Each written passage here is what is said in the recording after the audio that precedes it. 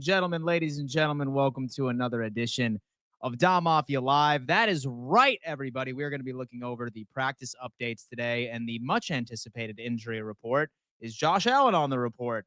Who is going to play against the New England Patriots on Sunday?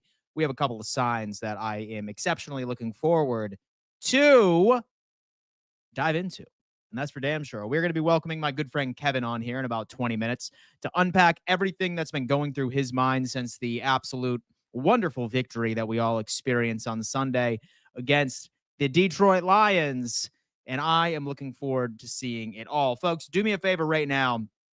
Spam Go Bills in the chat. Spam Go Bills in the chat. Right damn now, because we need to bring this energy up right now, guys. Wednesday, it's coming on up. And I'm not sure about you, all right? But this weekend upcoming is a football fan's wet dream.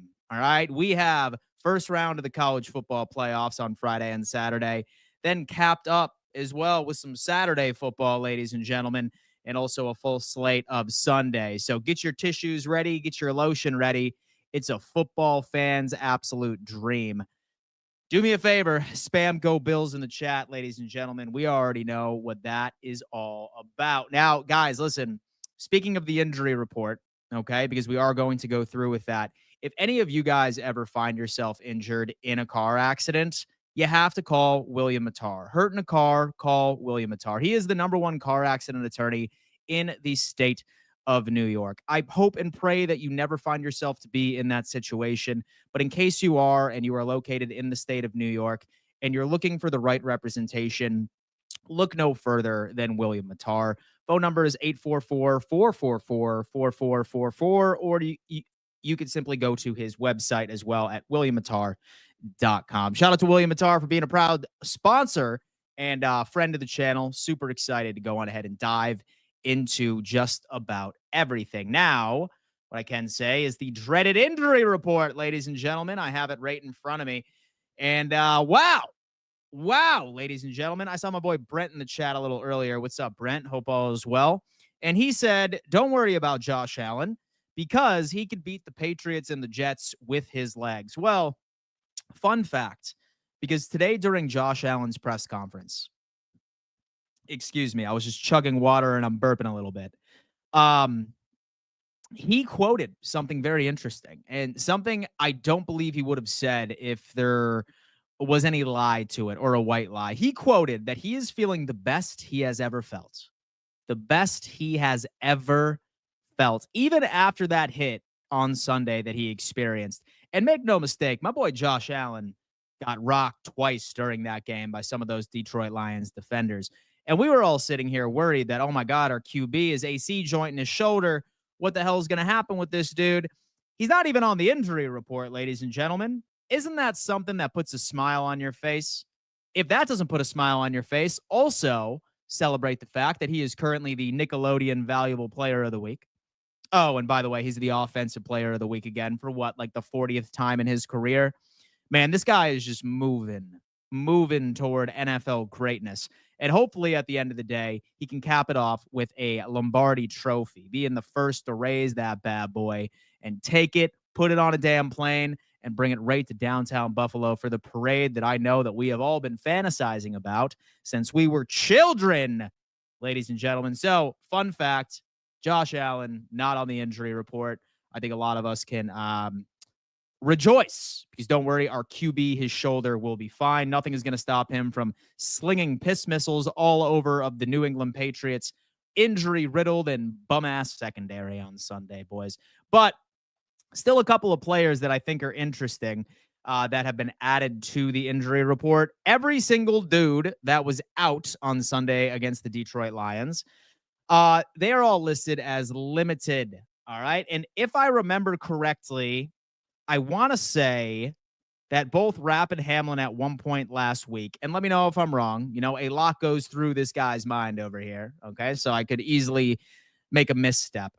I believe at one point they were both listed as limited prior to being ruled out on Sunday against the Lions. But I think it's very encouraging that both Damar Hamlin and also Taylor Rapp are listed as limited today. Now, granted, it was a walkthrough, and as many of us know, don't take a lot in when it comes into overall injury reports. Grain of salt, particularly because there's not a lot of contact, shorts and a t-shirts. It's just dudes being dudes on the practice field. You know what I mean?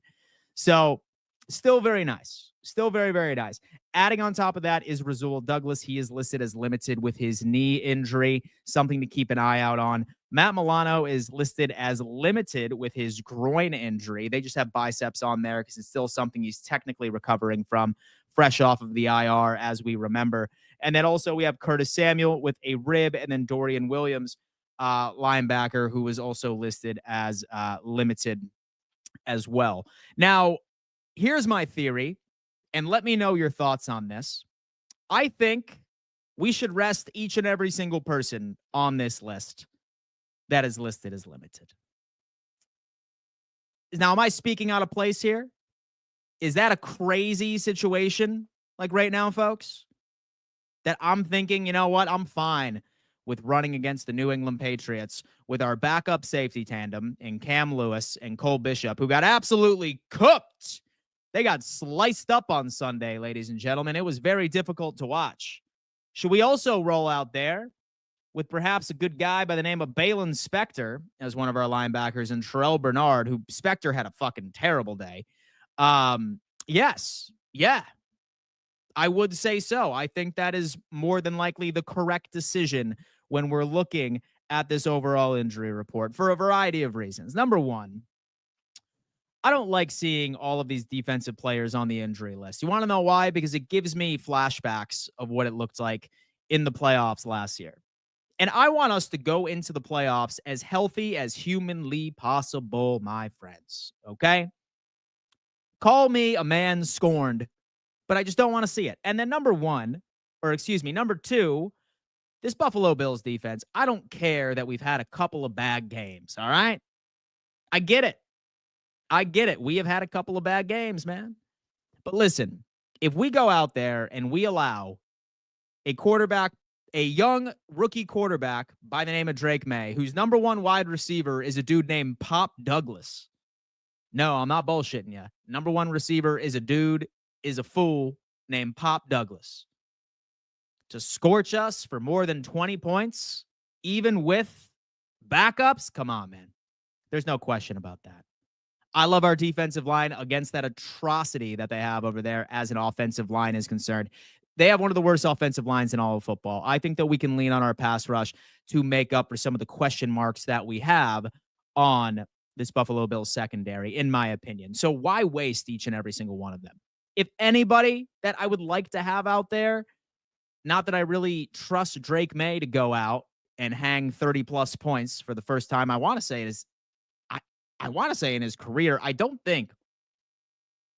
In fact, and so I don't want to go on ahead and speak too soon, but I want to say that this Patriots team has not scored 30 points once this year.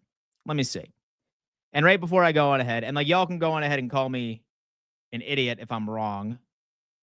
15, 22, 24, 17, 17, 19, 25, 16, 21, 10, 13, 3, 20, 20, 16. Yeah, no way. Absolutely no way am I going to sit here and rush all of our secondary players back when we're going up against a team with a rookie quarterback. Number one wide receiver's name is Pop Douglas, and they haven't scored 30 points once ever this season in 2024. There's no way. Absolutely not. Rest Rasul Douglas again. Rest DeMar Hamlin again. Rest Matt Milano.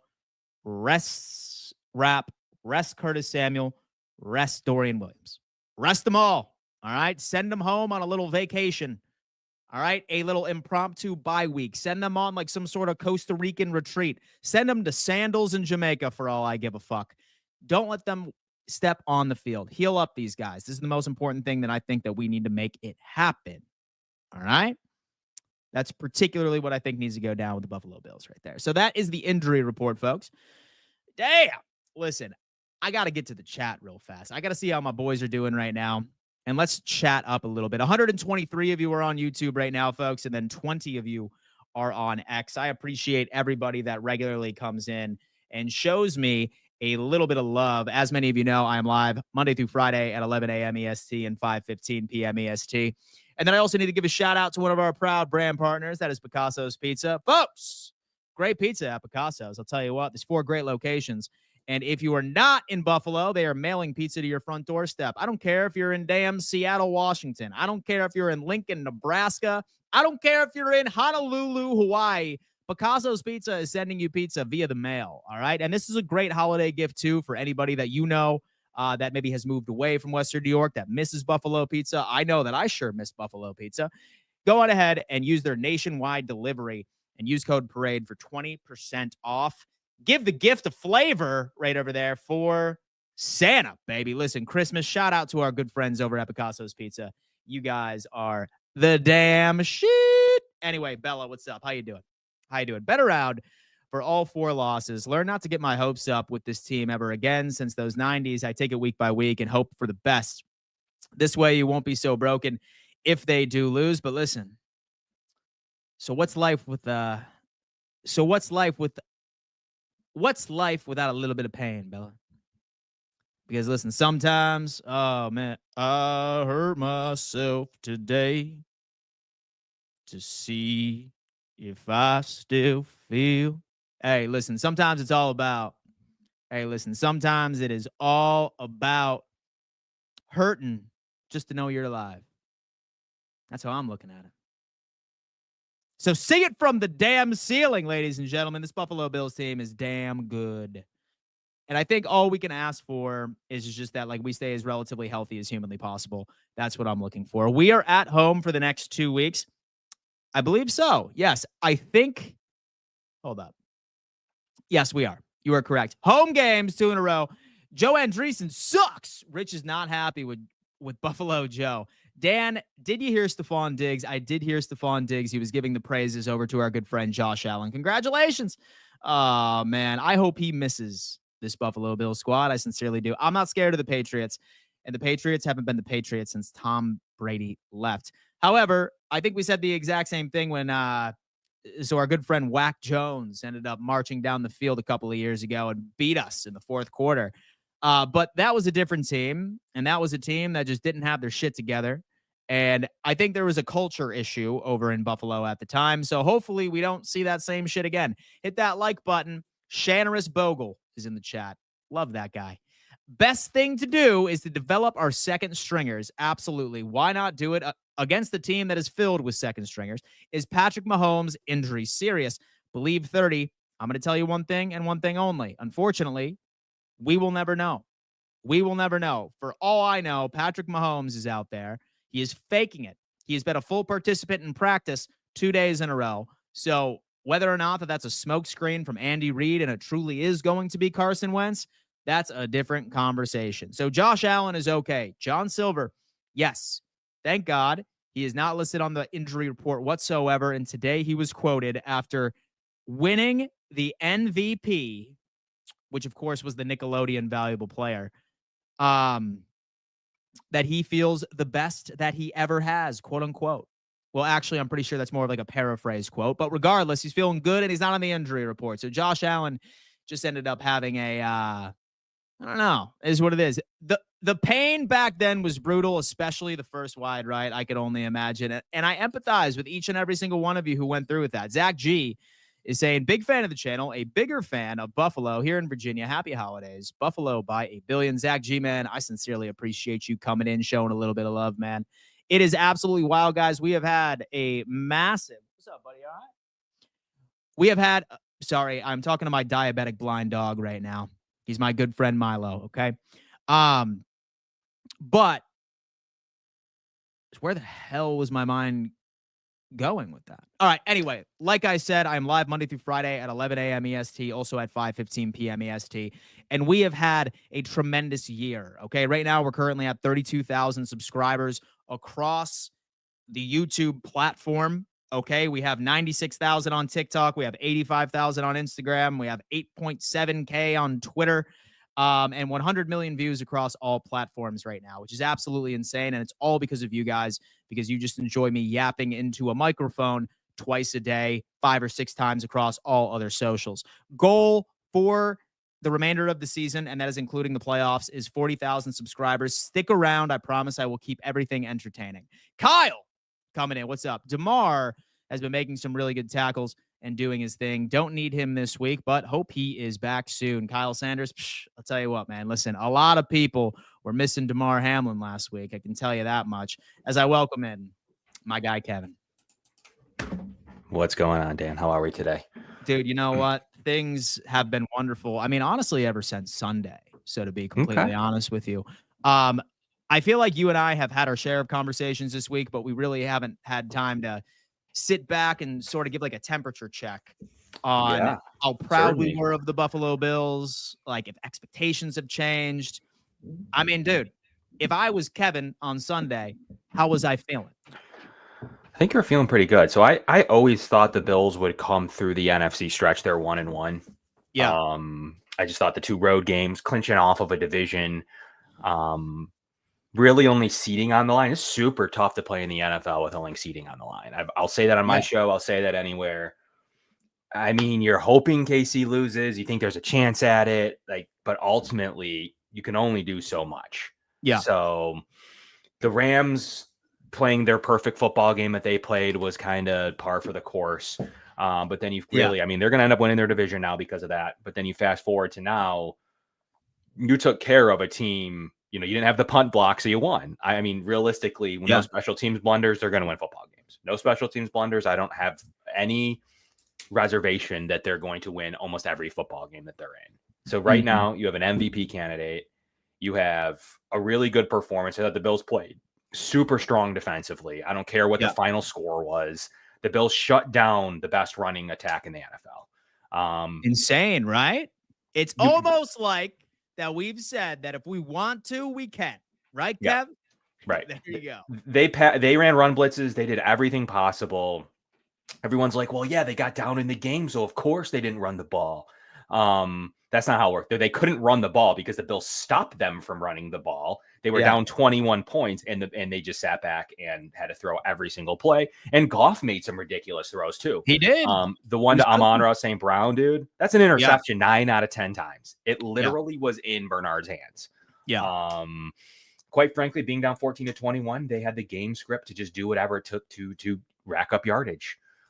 Ultimately, I would have liked to see one turnover to limit some of that damage, but it didn't matter. Ultimately, the Bills shut down the running game. Detroit's in trouble, in my opinion. I don't know. Oh, yeah. I don't know that they're going to get to the conference championship at this point. So now it's Fisk. So he's gone. Like number 1 lockdown corner. He's evidently out for a significant amount of time. I want to say I read that he's out for the year. Same thing for Montgomery, and then yet another defensive lineman as well. Significantly. On top of the 14 guys that are on IR leading into that game in the first place. Yep.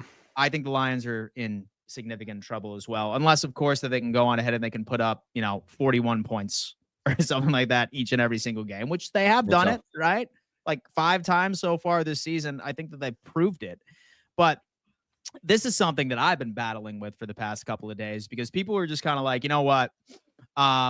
This Bills defense, once again, it's making us nervous going into the playoffs because Detroit went out there and they scored 21 points in the fourth quarter, right? So I was kind of looking at it and I was thinking, I was like, I wonder if Sean McDermott and Bobby Babbitt's number 1 priority was just chewing clock. Like, that's what they wanted to do, right? Like, it wasn't to a point. Like, again, I don't want to take anything away from Jared Goff. Like you were saying, he was out there putting out a hell of a damn performance. He really, really was. But I almost wonder if we sort of had a lackadaisical approach on defense on the fourth quarter because we wanted to prioritize, let's just get this game over with because our offense is obviously scoring each and every single drive at this point. Nothing is stopping Josh Allen. Did you get red flags out of that fourth quarter from Detroit? No. Or what was your reasoning behind that? I mean, I didn't get any red flags out of the Bills defense in the fourth quarter. Now, Detroit themselves, I mean, that defense is not going to be able to hold up against playoff teams. They can scrape by Chicago all they want. They can play a pretty good game against the Packers. I mean, that's good. I mean, that is a wild card team. That's a team that many think may do some damage.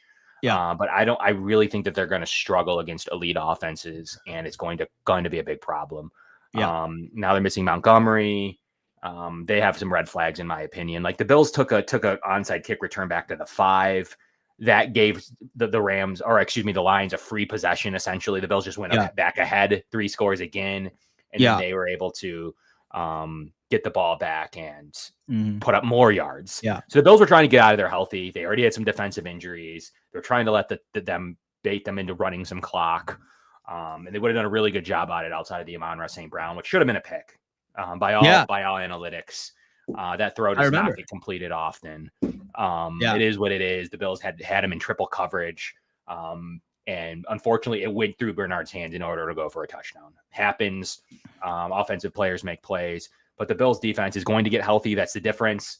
They have no one on IR, knock on wood.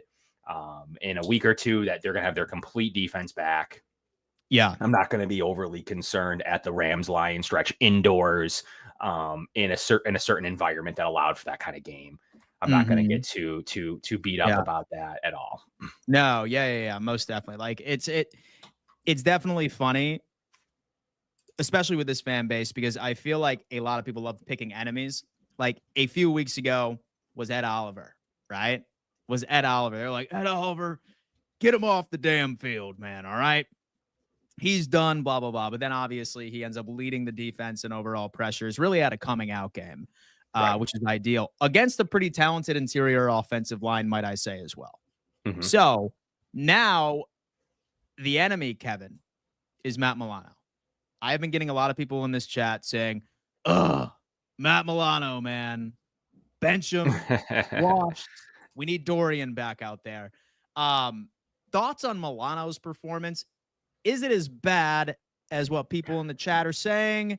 Is it him still knocking the rust off? Like, have you noticed any struggles, like when you've been looking through the film, or not necessarily?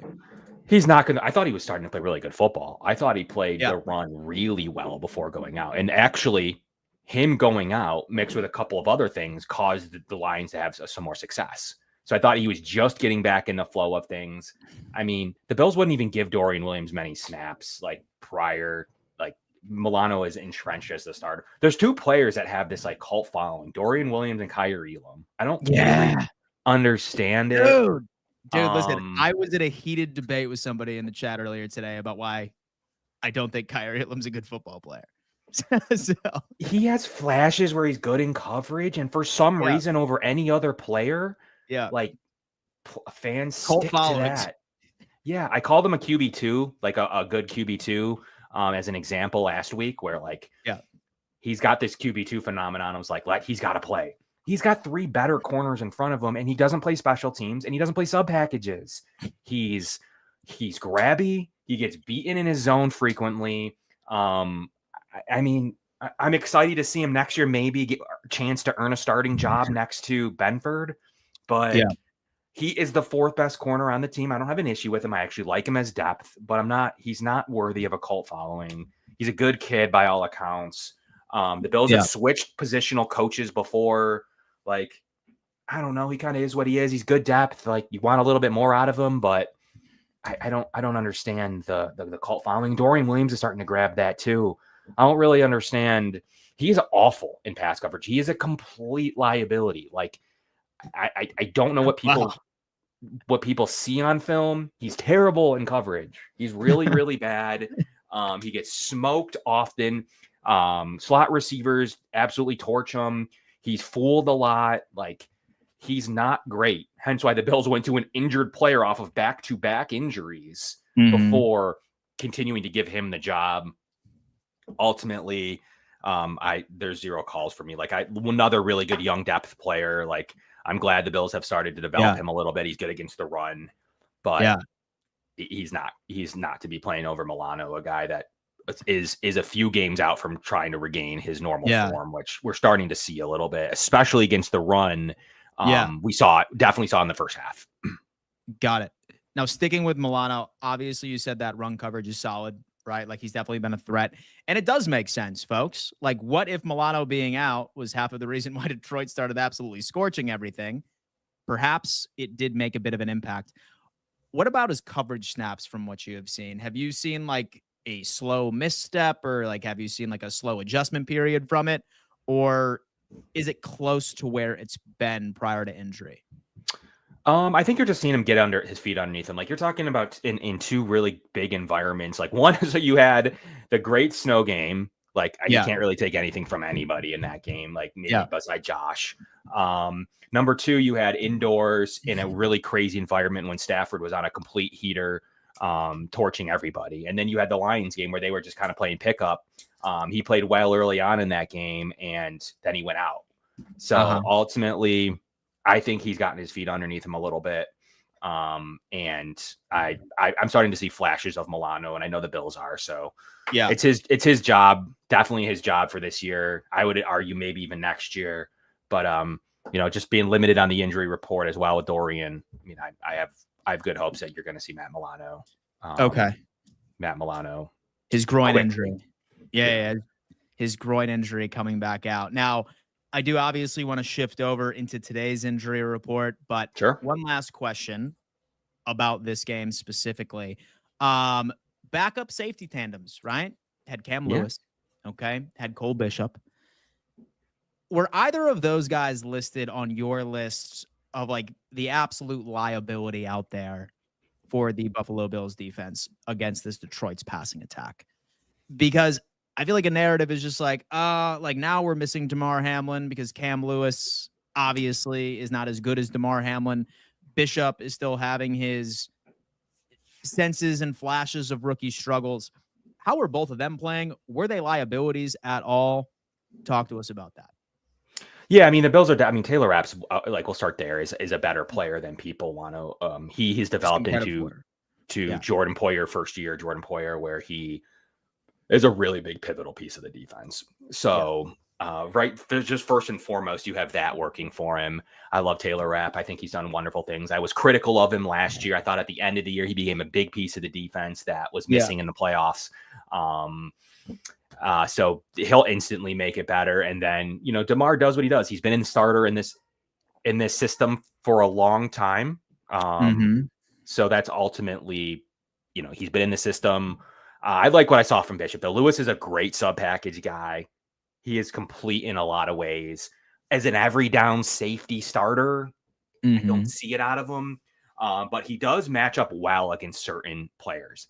This matchup wasn't his best matchup, isn't the place where I would have used Cam Lewis, but they had to. But there's certain elements in certain players like that he's done super well against. And the Bills he's nice matchup piece, not in every down box starting safety. He can match up well with slot receivers, which is one thing I really liked out of Cam Lewis. And I think you're seeing that like he's a valuable depth piece, but him having to start next to Bishop rather than even Rapp made a big difference. So I just wanted Rapp back, whether it was with Bishop would have been nice.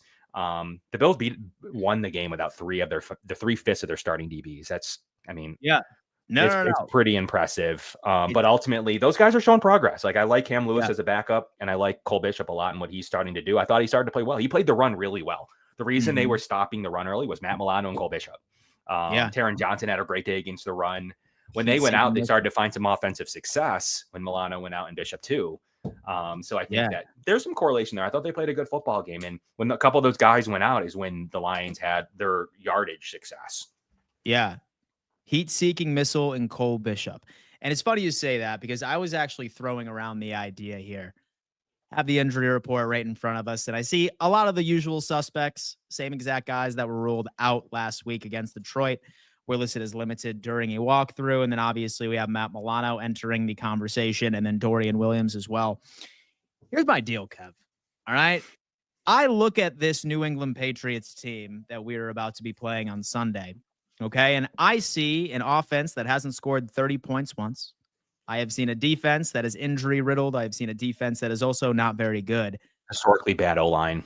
Historically bad offensive line. I'm looking at this, Kevin.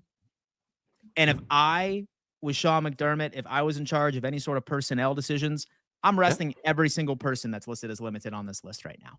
I really am. I really, really am. Because I pick one linebacker and then I would rest the rest. Yeah, I agree with that. I want one of those two linebackers to play though, but then I agree otherwise for sure. So one linebacker, either Dorian and then Matt Milano, one of the two, have him out there for some reps. Say that the game starts getting out of hand. whatever, we can pull that guy out too if he is limited.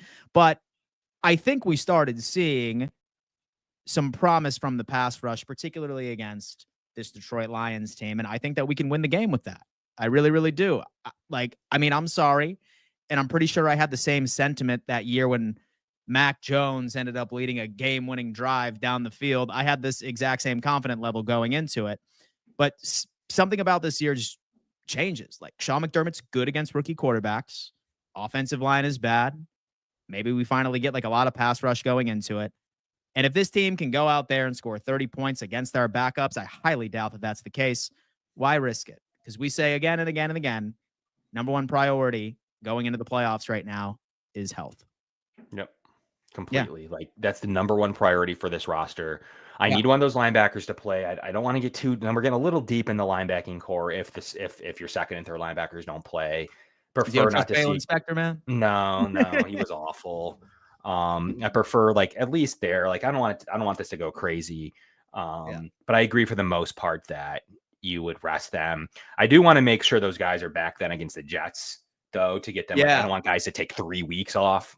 Especially you're talking about Rasul Douglas already had a week. A couple of these guys have had weeks.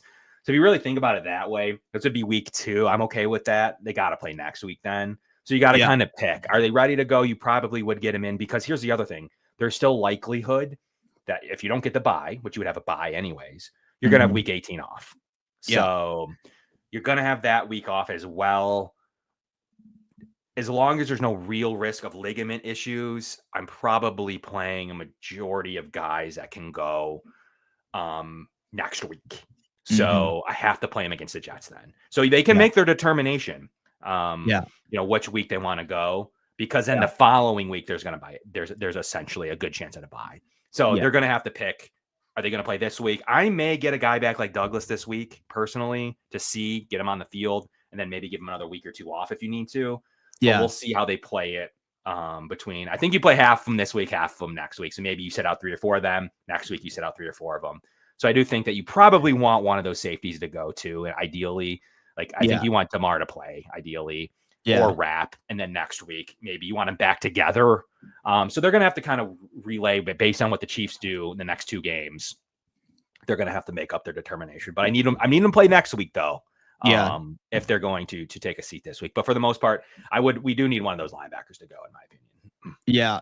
No, like it's funny because I've heard all week Josh Allen from the coaching staff being like that 1 seed is still in our eyes right now. And like we were talking about this last week where we were saying, should we accept the fact that we are going to be the 2nd seed? Is Kansas City going to drop one of the 3? We heard about Patrick Mahomes and his ankle. He's been a full participant apparently for the past 2 days. Highly doubt this is a smoke screen. This is all Kansas City. I think Kansas City really wants to avoid playing in Buffalo if it does come out to it.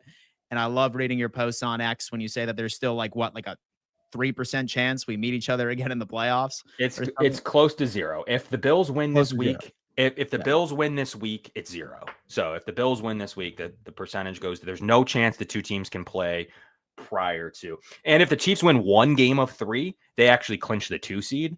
So so basically a Bills win or a Chiefs win would basically eliminate the likelihood that they would play. So the possibility of us running into each other at all prior to the AFC Championship. Yeah, no chance at this point. All right. It would take it would take the Chiefs losing out. Yeah, it would take the Chiefs losing out and the Bills being in the 3 seed. So somehow the Steelers coming through to take the 1 seed. Then the Steelers magic number, the magic number for the Chiefs over the Steelers is 1. So essentially it's 1 game, 1 of 3 games would not make the scenario happen. But I do believe that for some reason the Bills found themselves in the 3 seed. So basically going 2-1, Steelers win out, Chiefs lose out would be the scenario where the Bills, it'd be 2 versus the Bills would be the 2 and the Chiefs would be the 3. So it really depends on that. There's like 1 or 2 scenarios, but it's not, it's basically 0. And as early as Sunday, that could be axed anyways. So we'll find out, but there's no chance they meet before the divisional round before the conference championship in almost any scenario. See, it's kind of funny too, because I feel like half of the reason why everybody like in this chat right now, or like the vast majority of Bills fans want that 1 seed is because they kind of want to avoid Kansas City as long as possible. that they want to see them in the AFC The funny Championship. part is, Dan, the 1 seed path is harder, in my opinion. So Interesting. Go ahead. So obviously, through the first round, I mean, you're going to have to get through LA, Indy, or Denver. Like those are the likeliest first round matchups. So like just by virtue of having to play that, I guess in theory that's harder. But realistically, the next round is absolutely going to be against Baltimore. Like Baltimore, you're going to get a tough game. Like I personally don't want Baltimore on my side of the bracket. Like there's no reason to have that matchup in the divisional round. Yeah. No, I agree. I just don't think Baltimore loses to Houston. I don't see it. They could. But realistically, I'd probably still choose the Steelers over the Texans or Ravens. I'm sorry. No, yeah. No, I yeah. mean, I just would. Like so I think you and I like have a super similar ideal path for the Bills, right? And right now we have the Chargers who are currently sitting at the 7th seed. I mean, they play Denver this week, so that's going to be interesting. So we'll see who ends up coming tomorrow out actually determines. That's a good point. Real quick though, tomorrow will determine if the Bills get the 2. Tomorrow will determine who they play in a lot of ways. So it's got some meaning for the Bills. Yeah, I would say in most statistical probabilities, if Denver wins, the likelihood you play the Chargers is pretty high. It would be. You would know for a week or 2 that it would be the Chargers. Here's what's really funny about the AFC. There's a chance that every team could have a bye and be in their seeding week 18 so that no one has to play. It's kind of a bummer. It's kind of a bummer because you're going to get football. If Denver wins, they're going to have a bye because they can't get the division. They lost to Baltimore already. They're really they don't have a great path to the 5 seed. They're like if Denver wins, they're the 6 seed, like for sure. So that's for sure. I think Denver or excuse me, Pittsburgh or Baltimore, the losers, the 5 seed for sure. There's no movement there. It would take like the Bills losing the next 2 games to have movement. In this scenario, it's pretty much solidified. It could be even as soon as this week, really, like not officially official. But after this week, if results go a certain way, I mean, you borderline could have. I mean, the Bills could be down 2 with 2 left, so that's not done. But for the most part, it could be like over. So. Yeah, because I'm looking at it as well. Because like, here's another thing: Steelers Ravens play on Saturday, which is interesting. Same time as one of the college playoff games too, which is pretty interesting. As an NFL fan, unfortunately, that's where I'll be. But that's gross. Oh, yeah, for sure. Like 0, like. Yeah. It's gross still. No way. Steelers and Ravens, I will 110% be there. And then they have the Chiefs and then they have the Bengals. I'm asking, is there a world where Baltimore gets the 3rd seed? Because they play the Steelers, the Texans, and then the Browns. Then I think that would kind of ruin our overall hope, right? Because like then the 2nd seed would not be the best path. All you're rooting for really is a Steelers win this week, and that'll do it. Steelers clinch. That's it. Okay. On Saturday, that'll do it. That'll clinch it off. The Bills win, Steelers win basically clinches it off. Then so I guess 1, 2, and 3 is solidified, or 3 is solidified. Yeah, 3 is solidified. It gets interesting because like Pittsburgh beating Kansas City is good, but starts to put then if Pittsburgh wins back to back though, it does put pressure on the 2 seed. So you got to determine like, do you want to take that risk week 18 where the Bills now have to play, and you're rooting for Denver to beat KC? Denver's not playing for anything. We just talked about that. Yeah. So it's actually reverse. Normally it would be Kansas City not playing for anything. Denver's going to be able to be the team of all these teams that has a chance at a bye. So on week 18. So you're going to let Kansas City, knowing they need the 1 seed to win, they're going to win that game. So ultimately, if they don't lose to Houston this week, I think you can wrap it. You can put a wrap on the 1. It is what it is. The Bills lost to the Rams. It is what it is. You can put a wrap on the 1. It gets a little squirrely if Pittsburgh's able to win back-to-back, because that could put you in a scenario to where now you're the 3, and there's like an outside chance it could be Baltimore in the 3 seed. So, or the 6 seed, excuse me. So it gets squirrely trying to really play out a scenario for the one. You better really hope it's got to start this week. Like if they beat the Texans, like just put a wrap on it. Like Just there's no accept way it. that Yeah. there's no way Denver's going to be the team that's going to get you in because they're playing for nothing week 17 or week 18. They're going to be playing for nothing in most cases. We need them. The counter to this is like you need Denver to almost lose this week because then they could then be fighting for their playoff lives. But they have a magic number of 1. So it gets tricky. You want them to need to beat Kansas City the last week to get in, and that would be a super good game. But in order to have that, we need Denver to lose back to back. So we would need them to lose to LA and then lose to Cincy. I forgot who their next game is. Yes. Ravens. So Ravens have Steelers, Texans, and then the Browns. Okay. And then Denver. What is Denver's middle game? I know they play KC and LA. What's their middle game? Denver's schedule. Pulling it up now.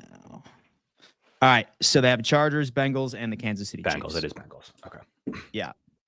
So the Broncos. And LA has a cupcake. They play Denver and then like Oakland or at Las Vegas and I mean, it's a weak schedule.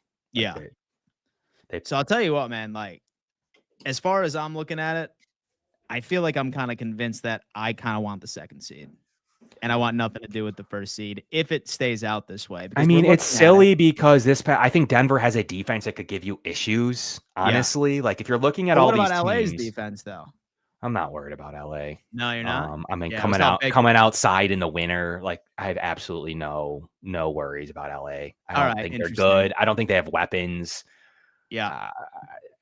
I mean, if you can't beat LA at home, there's a problem. They had no chance against even Pittsburgh, let alone.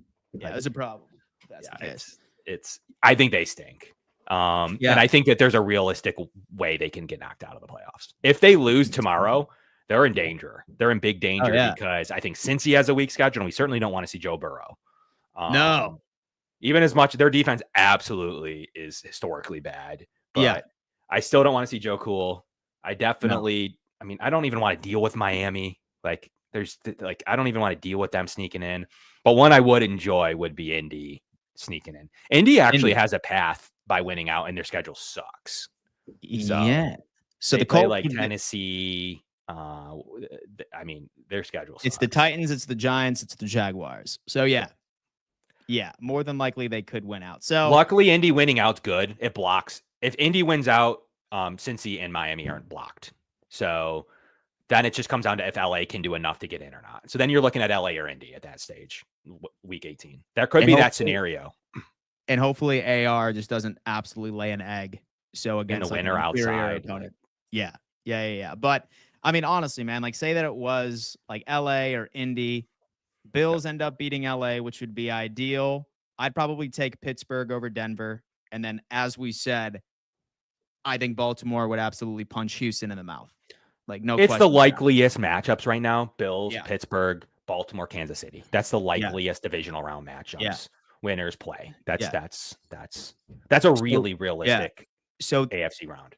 So then seedings would be after in the divisional. So it would be Chiefs and then Baltimore and then us in Pittsburgh, which I also like the Pittsburgh matchup. And then worst case scenario, we wait to see Kansas City right into Arrowhead, which really gives us an opportunity to earn it. And then if not, say Baltimore ends up winning, then we host Baltimore in Buffalo. Correct. So second seed, ladies and gentlemen. Start rooting for it. Let's go Kansas City Chiefs.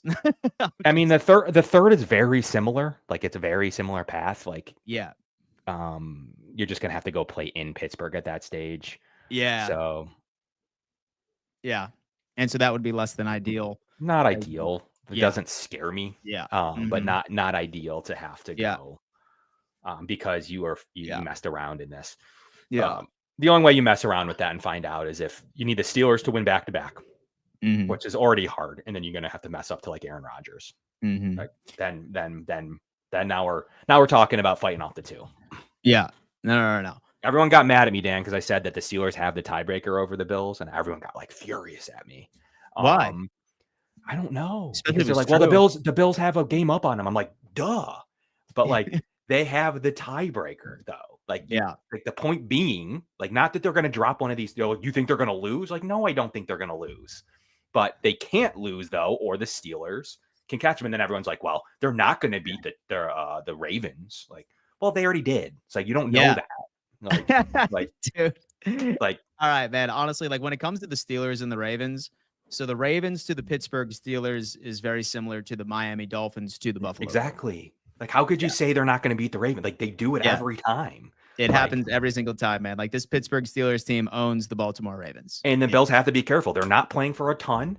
If Kansas Yeah. City does win Saturday, Yeah. the Bills game like has a little even less importance. Like it's like you're now 2 games out with 2 games remaining, 2.5 games out, and with your 3 games remaining, it's getting squirrely. So like, you just can't mess around and find out like you can't lose a game, because I'm just saying, if Pittsburgh does beat Baltimore, you lose the tiebreaker. So you can't mess around in any of these games, or you go to the 3. And if Houston really messes around, there is the world where you could get pushed to the 4 if you're not careful. Like if you're really getting goofy. So that's all I'm trying to say is obviously Houston beat the Bills. Houston, Baltimore, and Pittsburgh have the tiebreaker over the Bills. Bills have it over Kansas City. But so you need to be careful. Oh yeah. In these So scenarios. I want Houston again. Yeah, I wouldn't mind playing Houston again. Yeah, I don't mind playing Houston again too, but we certainly don't want them to jump us in the standings. Yeah. You're taking over our scenario, and them taking into the 2 or 3 seed is not something where if Houston wins out, they have a tough schedule too. But what makes this more interesting may be a Baltimore win over Pittsburgh. It might make it more interesting for the whole AFC down the stretch. All the seeding should then be open.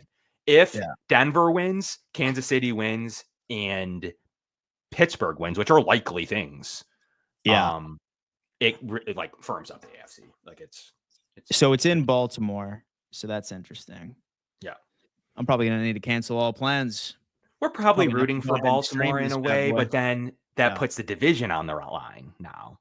So that messes up our scenario. So it's a tough battle. It really is. Like, it really is a tough situation of like making sure you're not thinking about only the 1 seed to the fact where like you can't get it anyways, and now you're like playing games like trying to keep the 2. Like it's jumbled up in a confusing way of trying to get the 1, but at the same time just making sure like you don't get goofy and go to the 4. Yeah. Now, burning question here as well. So this Kansas City Chiefs team, right? Yes. Like we saw with Pat Mahomes and his ankle, etc. So do you see this team losing? Because I would say that they have some interesting matchups, right? They do have the Houston Texans, which has had several occasions where their defense has looked incredible. Like Stingley is probably one of the best corners in the league. He's up and coming. He's very good. Solid secondary, solid pass rush going into it. I saw that Tim Settle ended up putting out like a subtle jab to Patrick Mahomes today, saying, I don't care if he's hurt.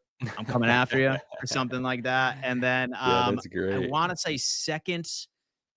It's basically, second game is Steelers. And then third, obviously, is the Broncos. But like you said, say that they come out on top against the LA Chargers, then they really have nothing to play for because they've already solidified their seed. They know where they are going. I don't see them losing to Denver. That's the problem. So the problem in this scenario is we need Denver to be playing for something, because if they win this week, let's say that they win this week and Baltimore wins this week, Denver's not really playing for anything. Like they're in the 6th seed. Next week probably firms that up. They're not playing Kansas City for any. They clinch a division, or excuse me, they clinch a playoff game with a win. Yeah. If they take care of business, they're not really playing for much. They already have the division or the playoff wildcard spot clinched. They're playing a Cincinnati team. How hard do they take that game? I don't know. We'll find out. But especially if they win, then Cincinnati is thinking they have a path because LA keeps losing. So I don't think Denver has a path to care that game. And that puts how many games does KC lose? I think they lose 1 of 3. That's my prediction. Really? 1 of 3. Yep. Okay. I think 1 of 3 going. I think they go 15-2. 15-2. All right. Well, so unfortunately, folks, I'm going to have to be a Kansas City Chiefs fan for 2 out of those 3 games because I'm terrified of that 1 seed now. I think what will come to light is next week. You'll know, like before that Steelers game, KC Steelers, you'll know what's better for the Bills at that stage. Got it. So you'll have a good idea as long as the Bills take care of their business. And this week will really really put into. You just want to like the Bills getting the 2 is a really good scenario. You want to make sure the Bills clinch that 2 because as we go down, especially to the 4, like we don't want any scenarios where Houston wins out, and then the Bills falter a little bit. So like we just need to make sure the Bills are playing for enough on the line, and we certainly don't want to have to play Week 18 because we messed around against the Jets. Like we want if we don't get the number 1, the 1 seed bye, we want the Week 18 bye. So we need to make sure we win 2, and we got to see if the 1 is realistic. Because do you want to play Week 18 all out, everything on the line against the Patriots in Foxborough for absolutely a chance that Casey loses to Denver? No.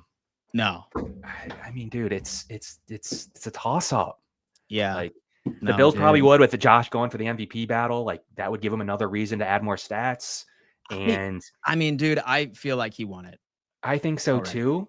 He won, but he entrenches it if they come back out of the blue and take the 1. But like it becomes squirrely, man, because if you go all out and even crush the Patriots Week 18, and Casey wins on a field goal against a not carrying Denver team, I mean, and you get somebody hurt, like terrible. No, man. Well, it's certainly some interesting things that we will be seeding's interesting this year for sure. It's not cut and dry in a lot of ways. It's not. It's like that one meme from It's Always Sunny in Philadelphia, like where that guy like has like all like the strings and like the papers and the articles together. It's interesting, folks, but damn. Well, guys, there's a good world you're rooting for Casey over Pittsburgh. That's what I'll say. There is a world next week you're rooting for Casey over Pittsburgh based on scenarios, especially if they beat Houston. Obviously, if they lose to Houston, all out Steelers fan. It's an all-out cluster. But if they beat Houston, I don't know, man. You could really think about what you're doing next week. Yeah, interesting. Well, folks, I'll tell you what. Thank you so much for tuning in to another edition of Dom Mafia Live. You know Kevin, and he's on the channel at least weekly over here unpacking all of the trending topics around the damn league. You're going to be seeing quite a bit of Kevin here soon. I promise you that. Definitely go show his show some love over on the Built in Buffalo network. And Kev, man, I definitely appreciate you rolling on in. Is there anything you would like to say to the boys in the chat before we send them off on their evening? Yeah, I mean, you just have to remember, like, really think about seeding, really think about like what you prefer as we were just going over the path, and come up with your own resolutions on what you think may be better. Is Week 18 off with the 2 seed against LA or Indy better, or is going all out, getting players hurt like last year, and then getting a bye and then getting all off kilter, having to play the Ravens, and like you gotta all consider that when you're kind of make up your final determinations of like how you want this thing to go for the Bills. Always remember that. And just remember that the Steelers and Ravens and Texans have the tiebreaker over the Bills in any tiebreaker scenarios, whether it's 2-way ties or 3-way ties, only the Chiefs. So we can't mess around with the Steelers and start getting knocked down. So think about all that as you pull for who you're rooting for as early as tomorrow. Start thinking about it, folks. That 1 seed is a damn trap. Thank you, guys. We will see you later on the AFC East Roundtable. Deuces.